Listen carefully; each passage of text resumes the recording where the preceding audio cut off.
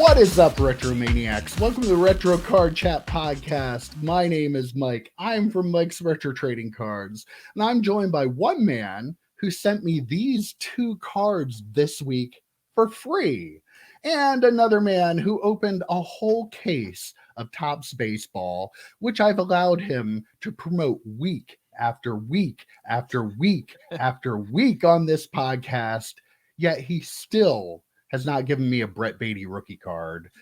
They are Mr. Wonderful himself, Joe Day, and Greedy Two Dope down there.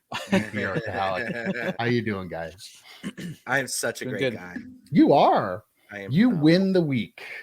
Well, no, I'm actually losing the week right now. If you can't tell, I sound like shit. I can't even crack open a beer. The drugs that I'm taking don't allow me to mix alcohol. I've got my Gatorade here, so this should be interesting. This should be a good one. Yeah, you already ruined one of the intros. Just judicious use of, easy for me to say, judicious use of the mute button would be good. Oh, how's it going, EP? I didn't know that Brett Beatty was the rookie that you wanted out of Topps 2023. We talked about the whole. We've talked about him ad nauseum. I thought we talked about Gunnar Henderson because of his name sounding like WWE guy. Yeah, but he's actually worth money, right? So I wouldn't ask. Brett Beatty might be rookie of the year. Brett Beatty plays for New York. He doesn't hit home runs. Yeah, he hit 3 home runs in like his first game, or like first 2 games or whatever last year. He's whatever. Not a home run hitter. Trust me, EP. I know baseball prospecting. Right. You know, come on. Clearly. Oh, so yeah, we're gonna have a doped up Joe Day this week. This should be fun. Well, I usually have another kind of substance in my body to get me kind of doped up, so it should translate actually. That would be beer for those listening on the podcast that might be thinking of something a little more nefarious. Yeah, but not I us. See you got something up on your shelf up there. I do. I finally there we go. I finally finished the shelves. We've got Tom Brady. Hold on. We got that side. Nailed it. I have no notes. We got Tom Brady. I'm not going to point. Good idea. Over my one shoulder, we've got Tom Brady. We've got Kenny Pickett. We got Bert Emanuel. Then above me here, we've got some Warren Moon. We got some comic book cards. And then above that, we've got some wrestling. You see who that is, Mike? Got Big Vader there. Yeah. And we got Ric Flair. Nice. And then we've got the Star Trek, the Patrick Stewart toy, and the auto I sent to be graded, and then a little Green Lantern stuff. So yeah, it's coming together. What did that auto come back? Watch the video. I'm not talking about it. Okay. No spoilers. If you want to know the grade of the Patrick Stewart autograph, you need to watch the PSA reveal.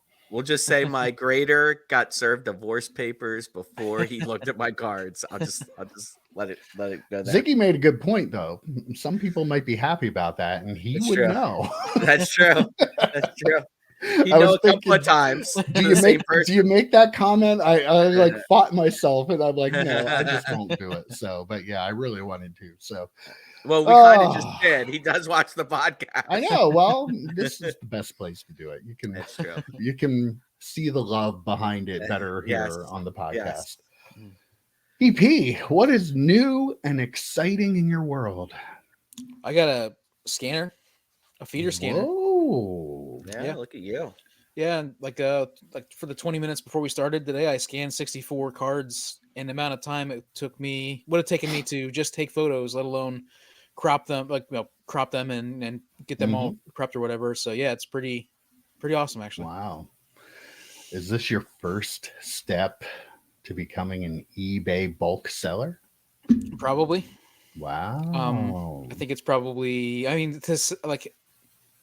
have to have the time to do it and to get to that point. But I mean, I kind of aspire to do that. I would be able to sell a lot of my cards if I did that. So that's kind of where I'm at. Nice. Well, I don't know. I'm not sure I have time to do that, but good luck with your endeavor. I mean, I'm kind of excited to see how you like the scanner. I think you're liking it quite a bit so far. Still trying to debate whether or not it's worth it for me, like to put that kind of money out for it. I don't know if I'd use it, and I have no desire to be a bulk eBay seller. Mm-hmm. I feel like my stack sales are enough to move lower end products. I don't really know that I can do both.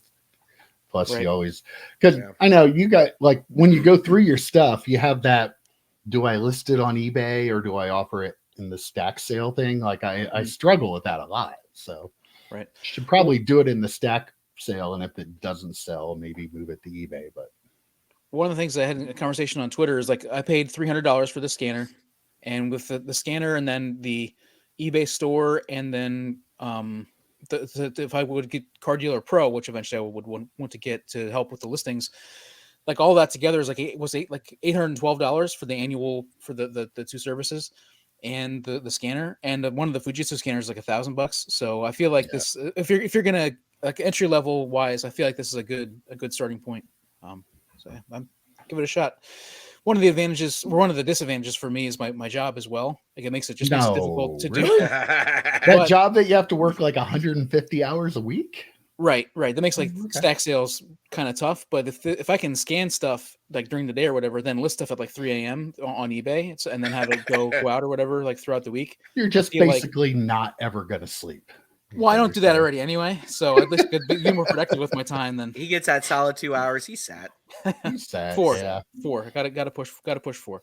But and he's never cranky. Never. I mean, occasionally. Occasionally, especially when you're having computer problems. Listen, when there's tech problems, I get really frustrated. Or somebody's asking you giveaway cards for free. Well, no, I have no problem giving away cards for free. Okay. Giving away people that are shitbags on Twitter. Bit. Or you guys are dropping a lot of vulgarity at this. You know, I can blame the drugs and alcohol in my system. No, the drugs, not the alcohol. Wow. It's one of those days. I know what it's like to be like the conductor or the engineer, or whoever drives a train, whatever they're called, when you're going down the hill and you have no brakes and you're just trying to keep it on the tracks. I'm not going to be able to do that today. But since we're already off the rails, why don't we get into our topics this week? I've been waiting to talk about this because remember the company Beckett Grading Service? Anybody remember that? Familiar. They've been around for a while. Used to make a price guide. I think they still do. Nobody uses it. Whatever. Price guide. I don't know, but yes, we joke. Football magazine. Yeah. But we joke about Beckett. But oh boy, what a week again. Now, we know during the National, they supposedly unveiled a new slab design, and people thought it was god awful. And they were like, oh no, that's not real. We're just kidding. Just kidding. Well, at the Mint Collective this weekend, they announced a new grading scale. There was originally a picture of their display there showing that, 4 9.5 subgrades, which was always a gem mint before. It was called a true gem, was 9.5 was their gem mint, would now be a 10 and be considered a gem mint. Well, apparently they first of all changed their mind on that because they put a 10 over one of the 9.5s. And then they announced their new grading scale, which, unless you understand advanced mathematics, most people aren't going to get. But long story short, you had to have at least 3 9.5s and 1 10 for it to now be a gem mint 10. 9.5 is no longer their gem mint grade. It is now a mint plus, like SGC, CSG. If you have 3 10s and 1 9, it is not a gem mint 10 because you can't have a 9 for it to be a gem mint 10. They still have their pristine, which is all 4 10s. I mean, I don't even know where to go with this, but long story short, all of this doesn't matter anyway, because they realized after people are like, no, this is awful. We have all these gem mint 9.5s that now are no longer going to be considered gem mint by people, and they're going to lose all their value. Beckett's like, oh, well, wait a minute. Yeah, we're not doing this. Never mind. Like, whew, I don't know. Let's start with what their original plan was. What were your thoughts when you saw their new grading scale? What you had to try to understand to know what it was? What did you think, EP? I want to hear drugged up Joe Day's take on all that math, all those numbers. Come on, go ahead. Well, no, reminded me, this is going to date all of us, even though I don't think I was old enough to actually watch it when it happened live. But you guys remember the SNL skit where Chevy Chase was playing Gerald Ford and they were asking him all these questions and he goes, I was told there would be no math. Like, that's kind of how it felt to me. I was like going, I'm like Beautiful Mind, you know, I'm like the guy from The Hangover, Zach Galifianakis, trying to do blackjack odds in his head. Like, what is happening? I was very, very confused. I wasn't even, you know, head cold, drugged up Joe Day, and I was still very, very confused by what was going on. But my big takeaway was, of course, I would send a card to BGS right before the shit show happened. Yeah, Of course, because why wouldn't that happen? I sent a card that perfect timing. it was absolute perfect timing. A bad PSA order combined with a thick card that looked beautiful. I'm like, I'm going to send it to BGS. And like 2 days later, they're like, let's screw with everyone and send out these ridiculous algorithm, you know, these ridiculous like math equations that you have to do in your head to figure out what your card actually is called. Yeah, crazy. I can't wait to see what grade you get back from that on that card. It's gonna be amazing. Probably. My reaction when I saw the post was, how many tens? Like there are 3 different tens now you could possibly get, and I'm like, what? I mean, are they just trying to pump up their number of tens? Like, what? It's just seems. Well, clearly they and, are. Yeah, and ruining the 9.5s as you said. Like it is very. It's. I mean, I guess, and somebody in a boardroom probably thought, yeah, that's a great idea. We can get all these so many more tens. People are going to be so happy to get more tens, and so yeah, it sounds great there. But the reaction from pretty much everybody was the same reaction the 3 of us had in our group text. Yeah, like, I mean, I don't know how a company like that can just keep getting it so long. Okay, so they had market research that said people like tens, like the 9.5 is clearly not the popular grading. Regardless, I'm not here to debate whether or not it should be, shouldn't be, but the market has spoken and they want tens. That's why we saw CSG go, you know what, we're going to revamp ours, but they did it in a way that made sense. Beckett, like, I don't like, I'm trying to figure out what they were trying to accomplish with the original announcement and the new grading scale. Like, first of all, you don't want that to be difficult. Like, you need your consumers to be able to understand what they're doing. If people aren't really sure how this all works out, they're just not going to send to you. And like, then you totally didn't consider all of the cards for the last almost 30 years that you graded that were gem mints at a 9.5, and now they're not gonna be. Like, yeah, like it might still say gem mint on the slab, but if you regraded it and got the same subgrades, it wouldn't be a gem mint anymore. So like, you can't do that to all the people that were your customers. So you came up with a system that made all the people who used you not like you, and then confused anybody who might want to use. Like, I don't know how people that are in charge of a business could make that decision to begin with.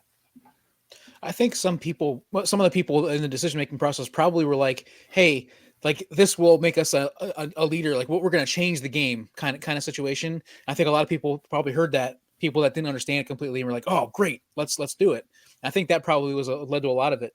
And also the people that are like knee deep in the grading, like they probably all understand the 9.5, 11, like they're 9.5, 10. They all thinking that those terms, but they didn't have anybody like the 3 of us sitting there saying, whoa, you got right. let's people are going to think this is stupid, right? Right. They needed one guy there to say, you know, people are going to think it's stupid. Maybe they did, and they're like, no, they'll love it.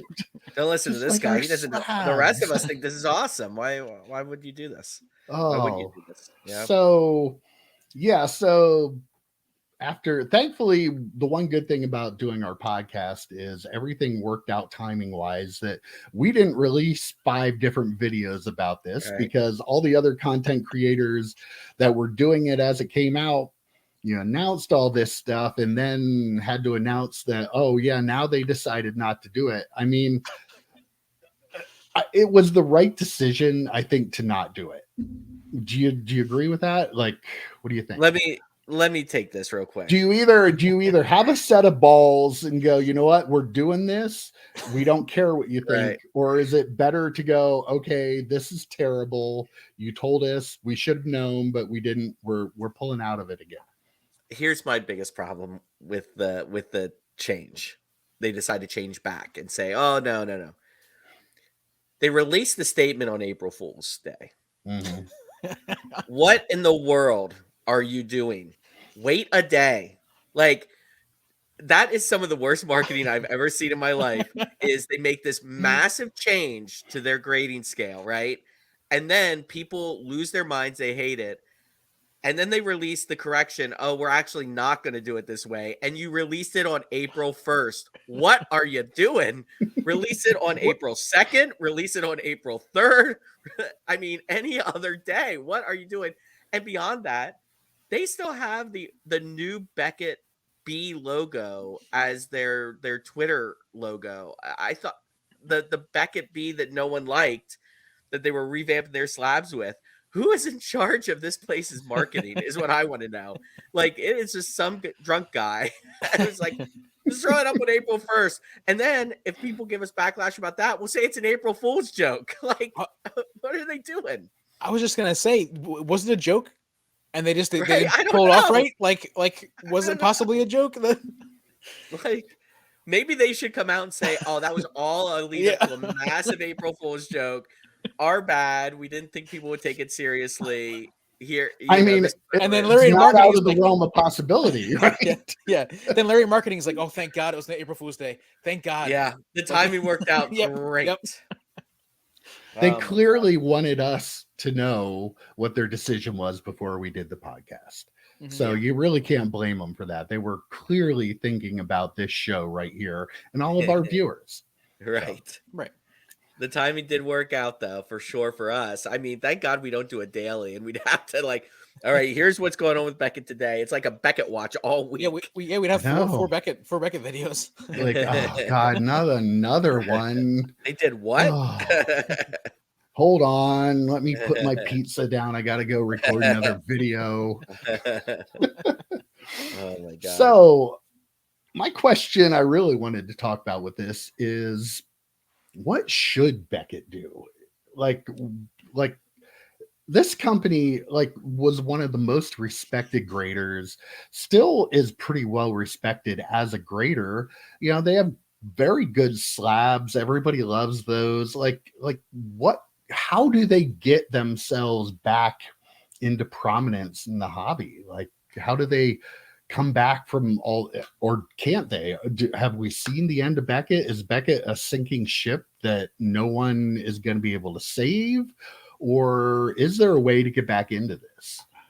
I feel like we've kind of talked about this answer once before, but I think one of the things is offer the subgrades for as part of the price and bring the price down to match at least SGC, if not the bulk price of PSA, right? Like, just keep the same grading scale.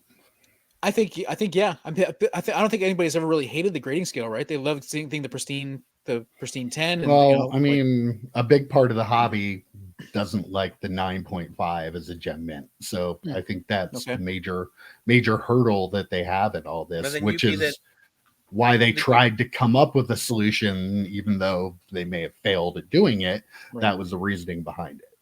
Then make that your thing. I mean, I think we talked about this before. They are the only company that offers subgrades. So like EP said, just make them part of the package, right? Like, I just sent in a card. I wanted the subgrades. I had to pay $5 extra for the subgrades. You know, like, other companies do things like that too, which is kind of annoying. Like CGC, and CSG both make you pay $5 for high res scans, right? SGC doesn't do that. They have it built into their price. PSA doesn't do that. It's built into their price. Beckett charges you for subgrades, build it into your price, make it a couple more dollars more, but still cheaper if you're getting the subgrades, right? I mean, if you're sending with Beckett, you want the subgrades. No one's sending to Beckett saying, "No, I'm good on subgrades." Like there's like Right. that's their niche, right? I mean, I don't understand why someone wouldn't want the subgrades. So you have this market, and they're always going to have their following. We've talked about this with SGC in the past. They'll always have their following. They'll always have their vintage collectors who really love the SGC slabs for those cards. I think Beckett collectors feel the same way. They like the slabs, they like the subgrades.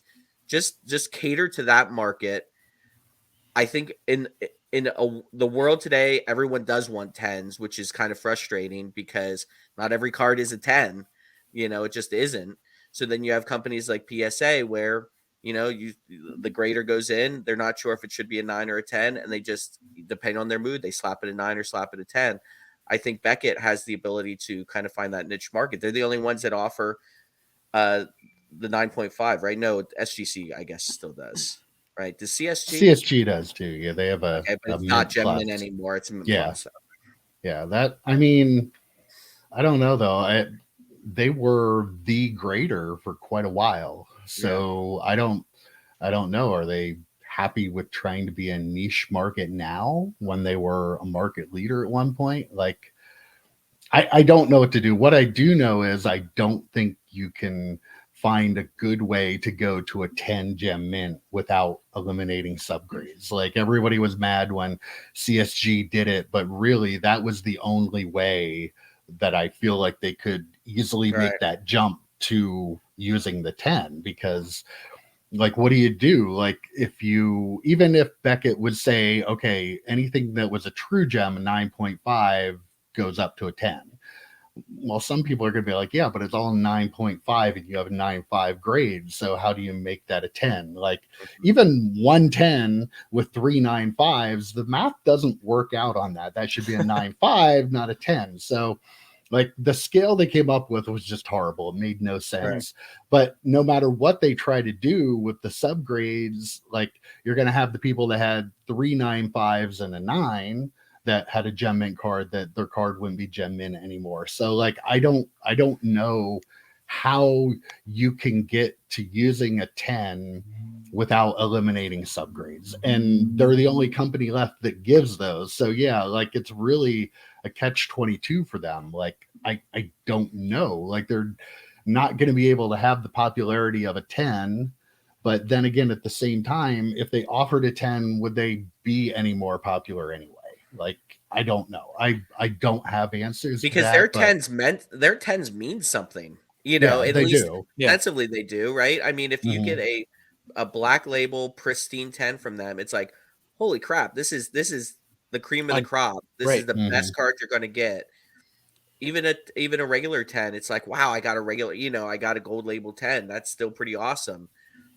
I mean, I don't know. Like, you're right, Mike. The only way to go to a straight up 10 scale is to eliminate subgrades, but then you alienate the people who have been with you all this time, who really dig the subgrades. They absolutely, and they're the only company that offers that. And I would really hate to see that go, because like, we have talked about that. That's what you have that the other companies don't now.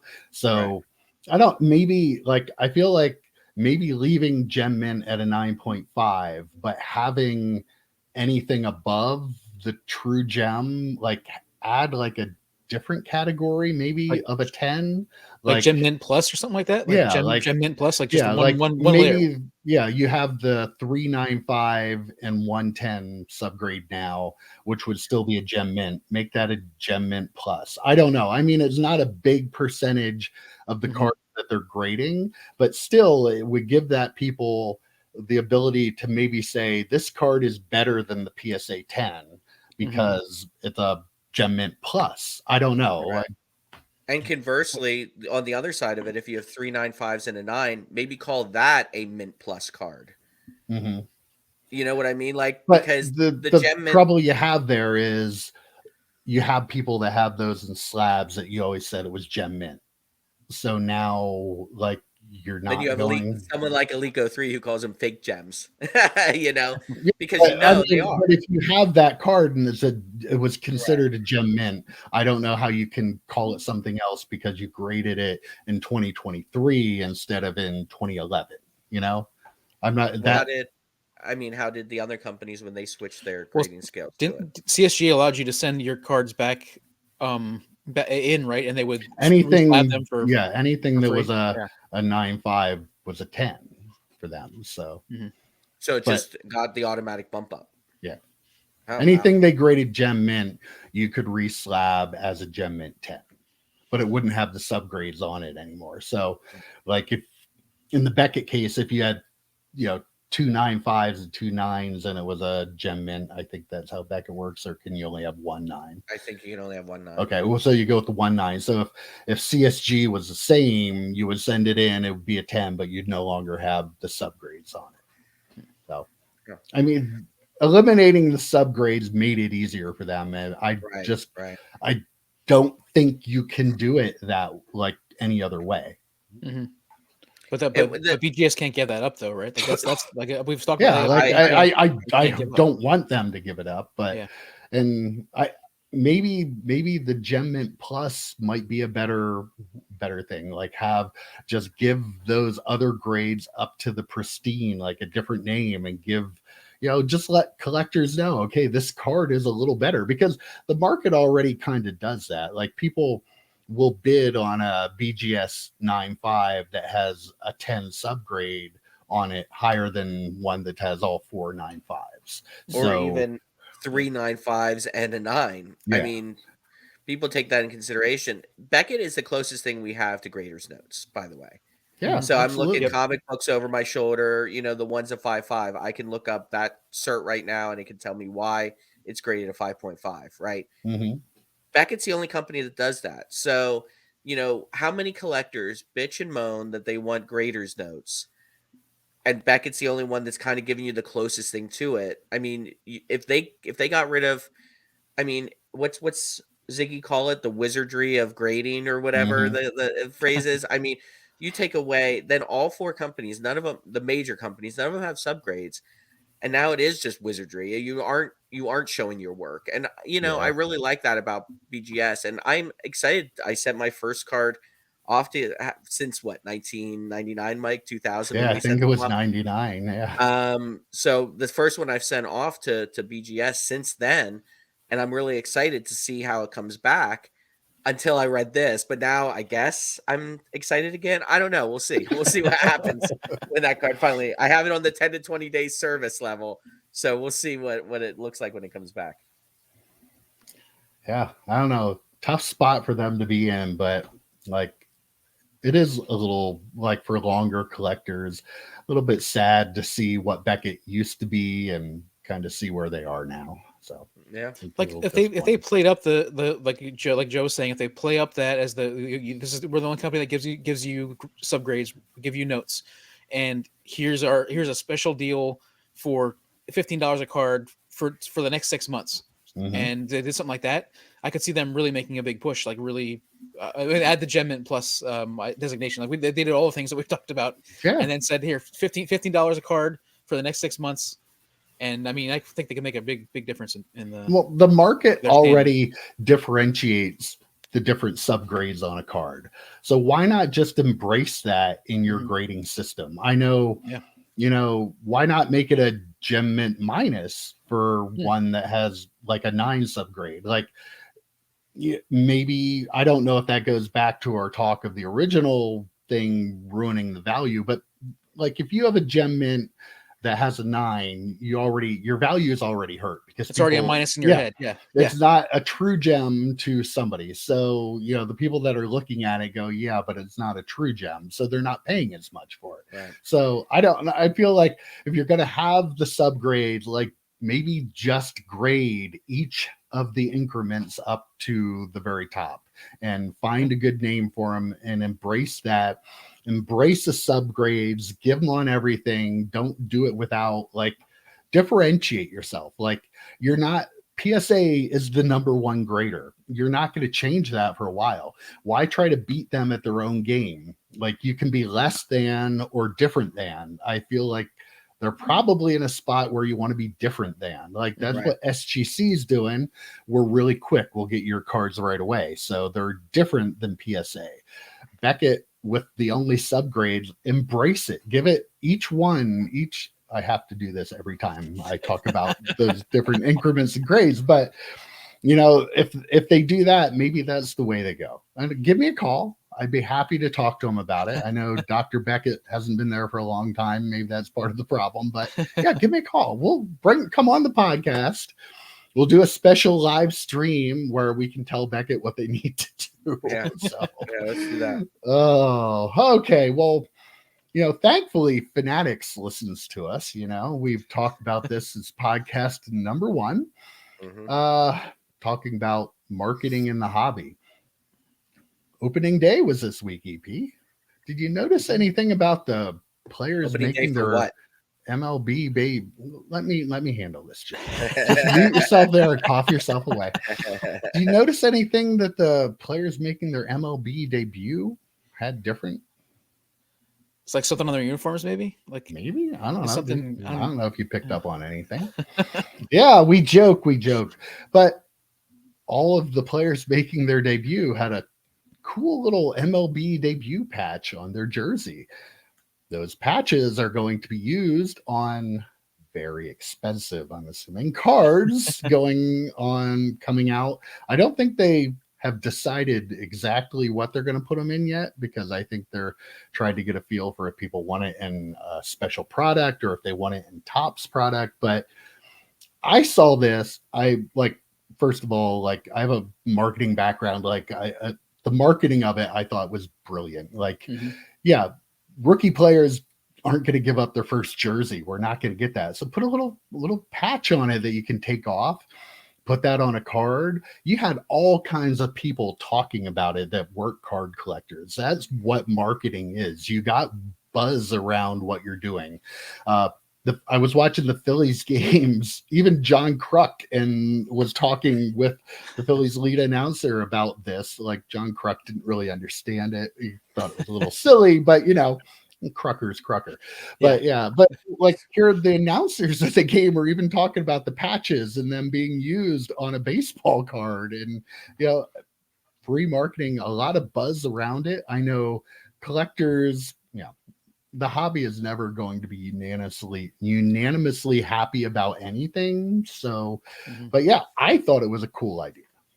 Yeah, I think it's a great idea. I kind of feel like they probably are going to make a new product to launch it. Like, I feel like that would be something that if you're going to have a new product this year, they cut a bunch of products. They cut they're cutting a bunch of lines. So maybe if they're going to introduce a new product, this is the kind of thing that kind of would give it a boost, I think. Joe? What opening day for what? What's that now? Is there a sport on brand? Joe Day on brand. Let me mute you. No, I mean, it is a cool thing. I hope it's not the earth-shattering, changing the game. Oh, it was. Oh, no, was it? It was the generational announcement. Yeah, haven't gotten to that part. I was going to get to that, but yeah. Oh, that's sad. Just we'll talk about that next. Just okay. Initial thoughts about the whole thing. I like it. I assume they'll do when they have football license, basketball license. I assume they're going to do it for all of them. I don't know if they'll do a completely new set EP. I think that might be like the hit in different sets. It doesn't just have to be one set where it's, the Topps base product they're going to be in that, or it's the, Topps Chrome. I think you could see these variations of these in different products throughout the line. So as long as they do it for the other one, it is a cool idea, and we'll talk about if it's generational or not, but it is a cool idea, especially if they have that in the future or the other sports when they take the licenses over in the future. I think it'd be pretty cool to put it in actual Topps. I mean, like Series 2 or update. Yeah, Obviously, these are going to be really hard to pull. They're going to be very expensive cards. But if you put them in tops, you give everybody a chance. Like if you make a product around it, it's going to be a way high end. And I feel like that kind of defeats the purpose of what you're trying to do in growing the hobby. You're going to have a very small segment that buys the high-end stuff that would be interested in buying that product. So if you put them in tops, you're going to sell a ton of it. First of all, everybody knows that like it's way overprinted to begin with. So like, I don't think you're going to kill anything by printing maybe even more tops, and like just give every collector a chance. A small chance, but give them a chance to get it out. Like you might even get some of those people who were like, oh, I remember that from opening day, and you could get those. I'll pick a couple of these up. So that would be my guess. But well, Topps update every year. Like that's the product that always has all the rookies in it. Like if that's the one that kind of like they have a bunch of rookies in the first series, and then series 2, some people who debuted that they didn't have in the first one, and then the last one is going to have all the rookies with all the rookie shields, and that would be a fun chase in that product for sure. Like because like you said, people remember back to opening day and like, oh man, they finally put those patches in here, and update is already a pretty popular one, but to have that extra chase in there would be a lot of fun. Yeah, I like that idea. It'll be interesting to see how many cards they get out of each one, right? My assumption is they're going to use like a one-on-one, like make it one of one. Oh, really? Yeah. I mean, so like I kind of hope they do. I mean, the patches are really small; they're not big. So I think they designed them that way to maybe make sure they fit on a card well. Right. But yeah, I think if they were this big, instead of having 2 or 3 of them, why not just make one? So make it something special. I'm never gonna pull one, but I might try. Not with that attitude. You never know. Guarantee you, if I get one, it won't be one that's worth anything. They'll all be worth something, but I think it's pretty cool. I think it's really, we've talked about the marketing. Like, you have a big boy company that is involved in cards now. Like, a lot of the hobby isn't used to that. They don't even understand the difference between having Fanatics taking over instead of having Panini or Old Tops. Like, this is a real multi-billion-dollar company. This guy, Michael Rubin, has relationships with the leagues, with the players. Things are going to be different. Like, this is the first step. Like, Joe, you talked about that, doing it for other sports. It definitely will. This probably isn't the last thing they're going to do for baseball. Right. Like, it's just, I like that now we have somebody who has it, like, just the relationship with the leagues and being able to do things maybe Panini wouldn't have been able to do should bring some kind of excitement to collectors. Like, not all this stuff is going to be for the one of one. This is just the first step, I'm sure. But like, I'm encouraged by seeing something like this done and being able to get the players and the league to go along with it with no problems and help promote it. Like, it's going to be big. Well, they are getting some scratch. It's not like they're doing it out of the goodness of their hearts or anything. Yeah, like, but the players are getting a taste for this, right? But like, ever since episode 1, we were talking, Michael Rubin was talking about making it a team venture. Like, this isn't just, hey, we'll pay you to do this, a whole lot of money. It's the league and the players and the company making the collectible all working together to do something cool. Like, I think I disagree with you that it's about the money for the league. Like, in a way, yeah, but like, they're all working toward that, making the money together kind of thing, which is different than has ever happened in the card industry. Mike, I like how you said talked about the being good for the collectors, and it sure is. But also going back to your first point with Kruk and the announcers talking about this thing. Like, anytime you get that buzz going above outside of the collection, like the collector's realm, that's a huge thing for the people that aren't collectors yet, but could be. Like the Julio Rodriguez commercial in the Super Bowl, like the tops, like that. Again, that's something that you never see. So a lot of the stuff, anytime you get that buzz going, that's outside of our little niche. Like, I think it's great. Yeah, how many people watching baseball on opening day don't collect cards? So like anybody watching the Phillies game, I'm sure there are a couple people that heard them talk about it and go, "Hey, that sounds pretty cool. Like maybe I'll try to get one of those." Like not obviously not knowing how hard it's going to be to get it, but still one per pack.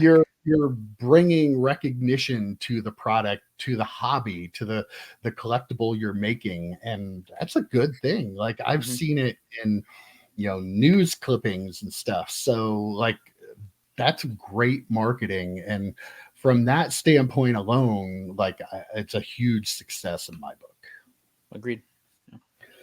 So we also wanted to talk about, Joe, you were talking a little bit about doing it in other sports. Let's try to brainstorm some ideas of what else they could do.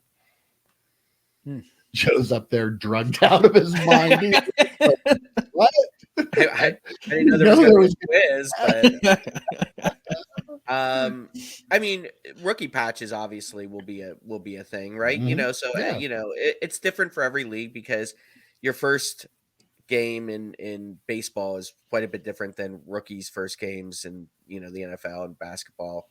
It could be some of these debut patches. It could be players that have kind of been out there for a little while, right? I don't understand the whole baseball thing, but so like a rookie quarterback will have a patch. The baseball one, these guys were actually guys playing in their first MLB game, from what I understand. So I suspect they'll do rookie patches for football and basketball. It'll be interesting because you have the natural transition between tops and then top series 2 or whatever with baseball. It'll be interesting to see how they do that in football, whether it's they tops comes out early in the year. I suspect, again, I don't know because we haven't had tops football in such a long time. Maybe they don't really do a tops update or a series 2 in football. Maybe it's a tops Chrome product or something like that where you have these cards. But I agree, Mike, it should be something that the masses have a chance of getting, not what's the National Treasures version of tops? Transcendent. Transcendent or something like that. Like it shouldn't be in something like that because that would just, then all the marketing you did and you're talking John Crux talking about you could get one of these patches in a card. Well, no, most of you can't because it's going to be in Transcendent. So it's going to be like $10,000 a box or whatever, No, if you're going to do it like this, it needs to be in a product, not low end. It doesn't have to be super low end, but something like Topps Chrome in football, I think would be pretty cool. I think one of the things they have to do is not like overdo it, like oversaturate it. Like that. One of my concerns would be like, this has to be a really, really cool thing. Like I started thinking to myself, well, they could do anybody who was an all pro last year on opening day. They all wear an all pro patch, and that could be the thing. Or it could be something like, if you were one of the draft in the first round. So if you could first round pick or something like that, the same thing. So there's a lot of potential there, but I would want them to not. Want them to not oversaturate. Like don't overdo it. But there are a lot of different potential ideas, in my opinion. I like the draft pick idea. It'd be cool to get a first round pick patch that they wore on the opening day. Or like something like All-Star Game or Pro Bowl or something like that. Like the NBA All-Star Game, they could have different patches because they actually play the game. For like the football players, I don't know, a little piece of their flag from the flag football game, maybe something like that. But yeah, I mean there are opportunities. But you're right. If it is something that's just constantly in products, it's not special, and they're looking for like the smallest little thing to put in, like, oh, this guy had a home run once, give him a patch or something like that. Hopefully, it's not something silly like that. Like somebody ends up with an All Pro patch and a Pro Bowl patch. They're gonna look like NASCAR MVP drivers. patch. Yeah, they have like 20 patches on their jersey. That's gonna make it over ridiculous. But if a bunch of players had like one each opening day, like that'd be kind of cool. That'd be a fun chase. Okay, so I had a little discussion on maybe a debate on Twitter this week too. And I just want to throw this out there because it was an interesting argument. We've talked about Fanatics wanting to grow the hobby 10x, right? The person I was speaking with was very concerned about the fact that they would be printing products like 5x. And I kind of felt like I don't think that's the way they're going to grow it. I think they might print it more, but they might have more stuff out there. But I mean, it did get me thinking. Maybe I'm wrong. Maybe he's right about it. Maybe that's all it'll be, is they're just going to print the crap out of everything that they already have. Like, just wanted to get your guys' thoughts on what you think the actual product line for a hobby that is 10x would look like. I mean, they'd have to. I mean, at a certain point, they'd have to increase the production, right? I mean, I don't know how else you would do it. I mean, if you could make more products instead of making more of each of the products you already make. If you have 10 products now, instead of printing them all 5 times more, add 10 more products to your product line. But then Topps just cut products. They did, but that doesn't mean that they didn't cut them to add new ones. To add new ones, okay. Right. I mean, I don't know. But I don't think they cut them just because they don't want to make as many product lines, and they're gonna take 3 sets and just make so much of it that you could cover the earth 20 times over. And I think they said that those are going away forever. Like I think they cut some redundancies and some products that probably, weren't as popular as the other ones. I think that was a big part of the decision to do that. And like I said, they have so many different versions of Topps Chrome and Bowman Chrome right now, with the Sonic and Bowman Chrome X and Black Bowman Chrome Black. Yeah, maybe eliminating that so they can start to add their own ideas, like new stuff to it. Like, how many different versions of Topps Chrome was there last year? Like, they just released one like a month ago. They released another one like Sonic and it's all the same with a little bit different background. So maybe instead of doing all those sets, you replace them with something new, with something a little different. I don't know. I'm sure they have a plan. Again, it's a big company that took over Topps, and I think we're starting to see the end of old Topps and the beginning of new Topps. So I think, you have to get rid of some of the stuff that maybe doesn't belong in the first place. So I feel like I was just gonna say, I didn't get a chance to talk about the 5X thing. I feel like you 5X the flagship. I mean, that's again, like you said, that should be available to the masses. Everyone should be able to get it. Something like Topps Big League, same deal. Like 5X that, get it out there for everybody to get. And then you introduce a couple other high-end products that aren't as overproduced. But I mean, I think I said on record that I didn't mind that Topps Series 1 was overprinted because they had so much cool stuff in it. And because of what Topps Series 1 is, I want to be able to walk into every gas station, every grocery store and see packs of it. You know what I mean? Like that's the way something like Topps flagship should be. You shouldn't be able to go there and get a Bowman Inception or Transcendent. Go to a hobby shop for that, or order it from, online or whatever. But I mean, like, make Topps available everywhere. That's how you grow the hobby 5X, if that's what you want to do. Yeah. And I mean, the base cards and that stuff don't have a lot of value anyway. So I don't know that you're going to be hurting it a whole lot, but I don't think their growth strategy is just to take what they have now and print the crap out of it. I really do think they might pick a product or two that they do that with, and they might, introduce a couple other products that are going to be that. But like Mike, again, if you listen to Michael Rubin do interviews, he knows that the collectability of the cards, I'm not even sure, it might have been the Bill Simmons interview where like they talked about, overproduction and things have big value because they are overproduced. And, he understands that, like, you need to service different collectors with different products. So I'm sure they'll have set building products. They'll have, mass products. They'll have ones for high-end collectors. I feel like the hobby will be broadened, but I don't think you're going to have to just worry about things not having any value because they just print it and print it and print it. Some of it they will, but if you're worried about value, it's not the stuff you're going to buy. You're going to have other options, right? Yeah. And I think logistically speaking as well, like if you think about the amount of resources they're wasting on these redundant products and things, and the things that could open up for these other new products, I mean, I think that's probably a huge part of it as well. Like, they probably so many products that they're thinking, why do we have 3 teams working on 3 different Topps Chrome products. Yeah. When it's the exact same thing, let's let these people do something, or let's have these people do something else, and come up with some ideas for that sort of stuff. Yeah. And if they're buying the same product over and over again, I think maybe collectors will be happy to have a different product to buy. Yeah. Let's hope. I don't know. Card collectors are a finicky group. So We are. Yes, we are definitely. All right. Well, I did see one other little tidbit here. COMC is apparently has a beta version of an app for their platform that if you were at the Mint Collective in Las Vegas, you were able to stop by their booth and download the app.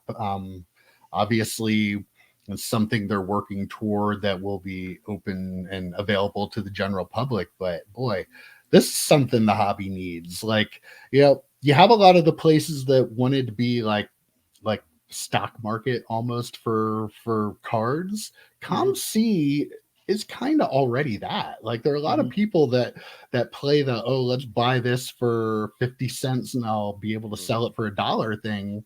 Like, I think an app version could really make that platform explode. I know it's big to begin with, but might even draw more people into it. And like, I like COMC, but you have to sit down at the computer and you have to look through stuff. If I have it on my phone, I'm not gonna lie, I'm gonna be on COMC a lot more than I am now. I gotta say that I have. It will be dangerous. I have, on the phone, Safari, the phone app. Like, I have a window always open for COMC, so I can go in and log in. But it is, I mean, it's very difficult. It's way easier to use it on desktop for sure, on browser. But I mean, like, I keep that open on there. I would definitely download it in a heartbeat because I have a number of cards on there, and I have most of them are listed for sale. I have a bunch of them that are ready to ship to me. I love COMC. I think it's a great service. Maybe they get so big with this app, we'll get a little taste of that. Maybe. Come on, COMC. If you're looking for, we're over 500 subscribers now. I'm pretty sure Dustin gets all that now. He gets all the. He's not sharing with us now. Yeah, I don't blame him. We'll just shoot for the beer sponsor. Yeah, not this week. Not this week, guys. I apologize. Well, speak for yourself. I would have.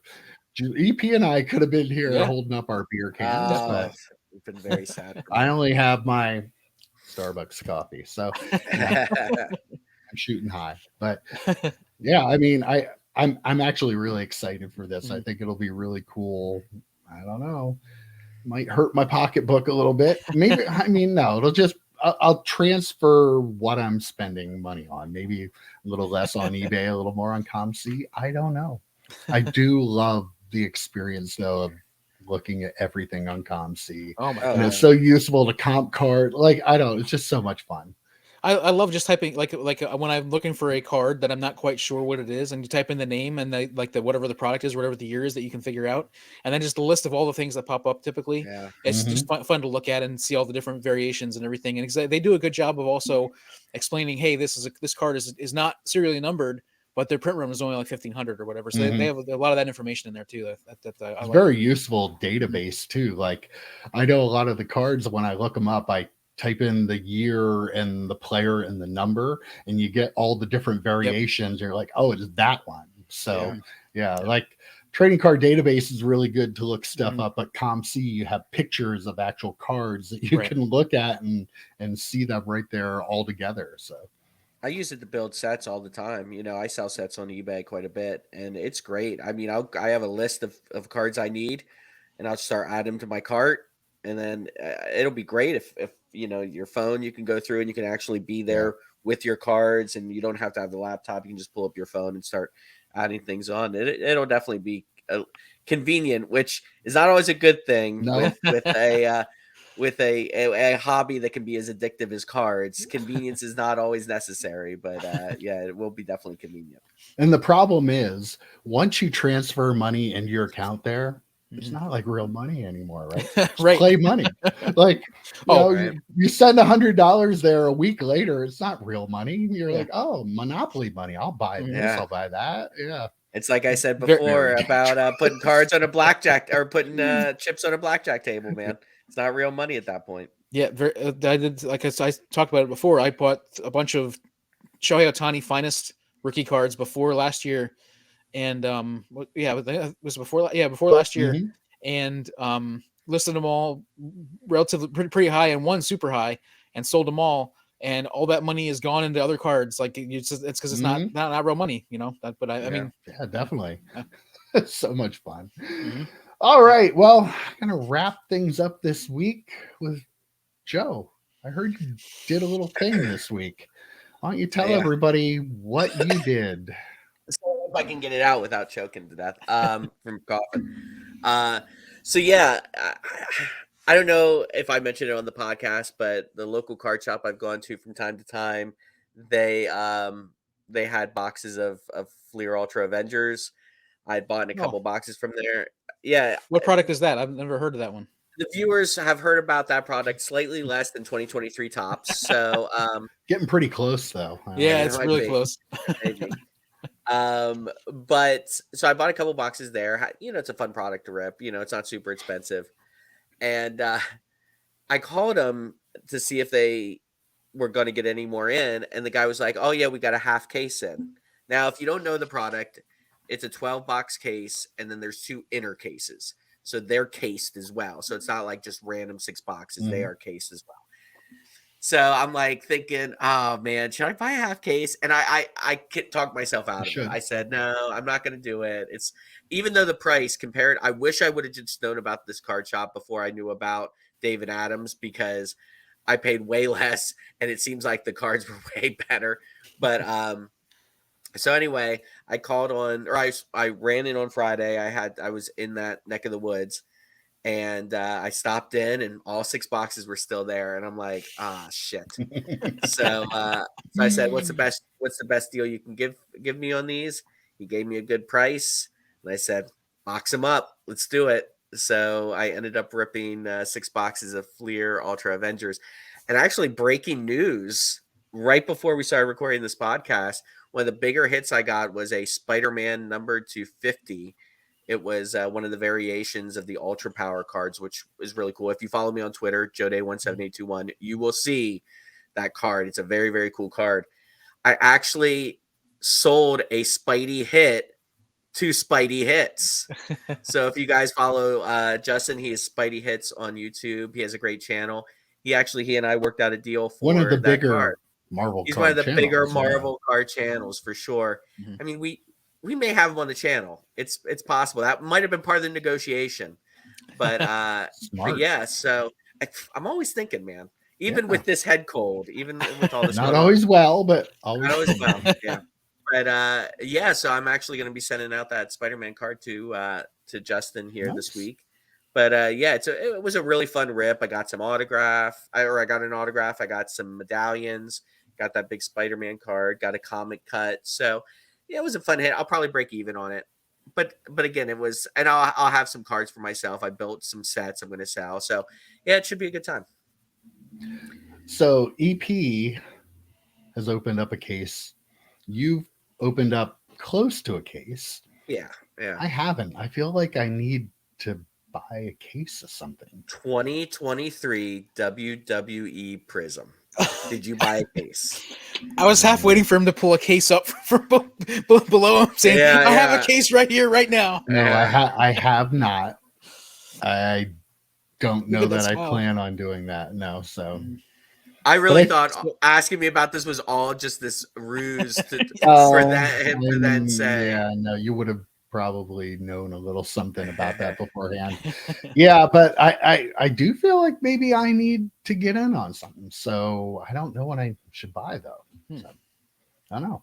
Any suggestions? Let me know in the comments.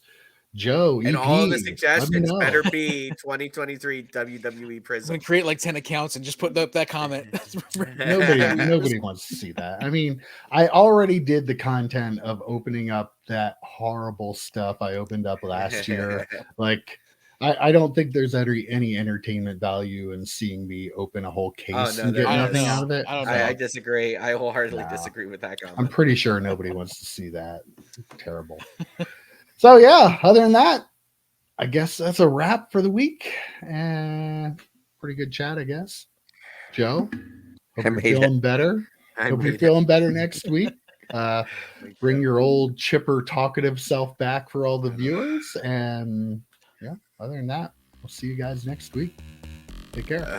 Godspeed. I hope I see you guys next week. Adios. See ya, boys.